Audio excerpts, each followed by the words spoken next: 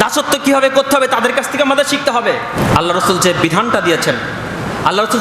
দিয়েছেন, যেভাবে মানতে বলেছেন, যেভাবে সাহাবেরা অনুসরণ করেছেন, ঠিক সেভাবেই আমাদেরকে মানতে হবে। তার বাইরে যদি আপনি যান, নিঃসন্দেহে আপনি স্পষ্ট পথভ্রষ্টতায় লিপ্ত হবেন।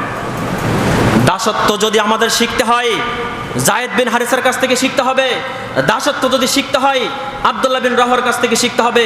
দাসত্ব যদি শিখতে হয়, খালিদ সাইফুল্লাহর কাছ থেকে শিখতে হবে। একটা সুন্নতটা মানার মতো হিম্মত যাদের ভিতরে নাই, তারা কিভাবে বলতে পারে যে আমরা আল্লাহর দাসত্ব করি? পবিত্র কোরআনের সূরা হাশরের ভিতরে বলা হচ্ছে, ওমা আতাকুমুর রাসূল ফাখুযুহু ওমা নাহাকুম আনহু ফান্তাহু। রাসূল যেটা দিয়েছেন সেটা তোমরা গ্রহণ করো, আর যেটা নিষেধ করেছেন সেটা থেকে তোমরা কি করো? বিরত থাকো। তো রসুল যেটা বলেছে সেটা করতে হবে, আর যেটা রাসূল সাল্লাল্লাহু আলাইহি ওয়াসাল্লাম নিষেধ করেছেন সেটা থেকে আমাদেরকে বিরত থাকতে হবে।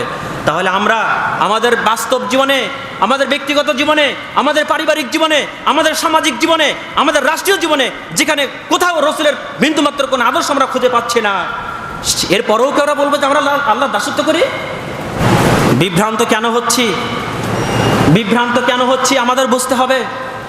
আমরা বিভ্রান্ত কেন হচ্ছি? ইসলামের ইতিহাসে একজন জঘন্যতম ব্যক্তি,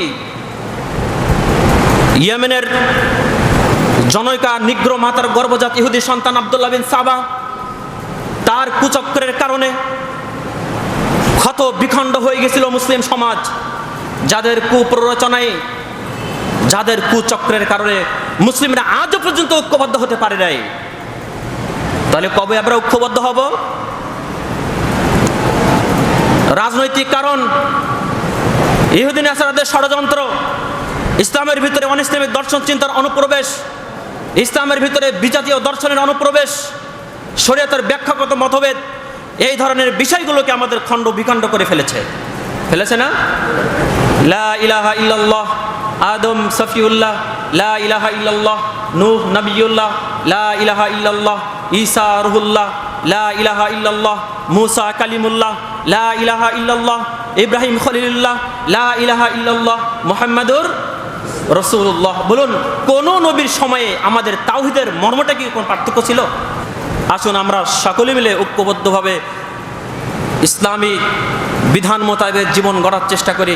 আল্লাহ সেই তৌফিক দান করুন। আল্লাহুম্মা আমিন।